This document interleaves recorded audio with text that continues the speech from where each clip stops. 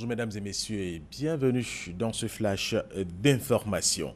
Il y a une opération antiterroriste à Saint-Denis en France. Cette opération aurait fait 2 morts, 5 personnes ont été interpellées. L'opération a démarré à 3h GMT, 3h du matin et elle se poursuit.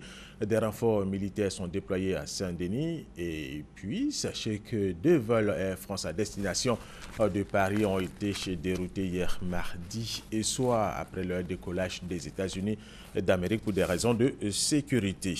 Et puis, l'enquête sur les tueries de Paris progresse. 5 kamikazes sont identifiés et 2 personnes mises en examen en Belgique pour attentats terroristes.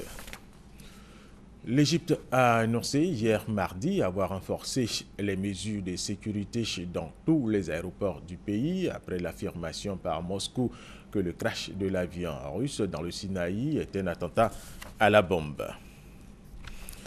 Ici, en Côte d'Ivoire, le président de l'Assemblée nationale, Guillaume Soro, se prononce sur l'affaire des conversations téléphoniques qui lui seraient attribuées et qui circulent sur les réseaux sociaux. C'était à la sortie de plusieurs audiences qu'il a accordées hier mardi à plusieurs délégations venues de diverses localités du pays. Nous y reviendrons à 13h.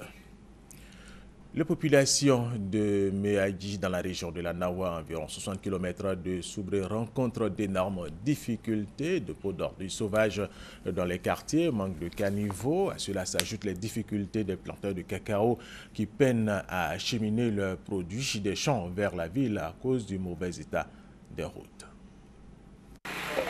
Zakaria est couturier depuis le 2006 à Zamanamabogo, un quartier de Méagui, ville située à plus de 70 km de San Pedro. À 5 mètres de son atelier, ce dépôt d'ordures sauvages. C'est ici que les habitants du quartier déversent au quotidien les ordures ménagères. Un environnement insalubre, difficilement supportable. Souvent même on tombe malade, on fait au moins une semaine à la maison. On ne peut pas arriver au travail. Souvent même les enfants, les apprentis fuient pour me laisser dans l'atelier.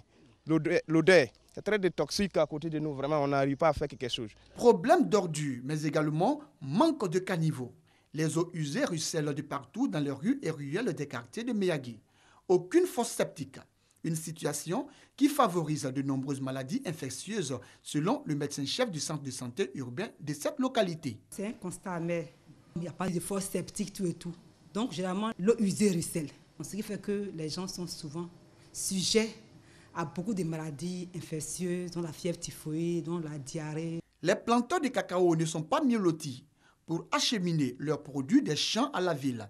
Que de difficultés à l'image de ces camions bennes qui malheureusement n'ont pas eu de chance à cause du mauvais état de la route. Le conseil Café Cacao a eu à faire quelques pistes, mais actuellement vraiment on a des difficultés encore de pistes. Avec la saison des pluies, ce n'est pas du tout facile. Les routes secondaires sont impraticables et c'est le cacao qui fait vraiment vivre la région de Méagui. C'est notre première activité ici. Donc on souhaite que le maire entreprenne des démarches auprès des autorités compétentes pour le reprofilage de ces voies. Pour le maire de la commune de Méagui, ces problèmes trouveront des solutions. Il exhorte planteurs et populations à la patience. Depuis une dizaine, 15, 20 ans, il n'y a pas de machine qui passe sur ces voies. Mais ces voies sont dégradées. Depuis l'année dernière et cette année, quelques voies ont été reprofilées et avec des rechargements lourds. Nous pensons qu'à un moment donné, c'est-à-dire les jours à venir, les mois à venir, peut-être que l'État pensera à nous. À Méagui, en plus des difficultés déjà énumérées, la commune, selon son premier responsable, souffre également de problèmes d'eau potable, de voirie et certains quartiers ne bénéficient pas d'électricité.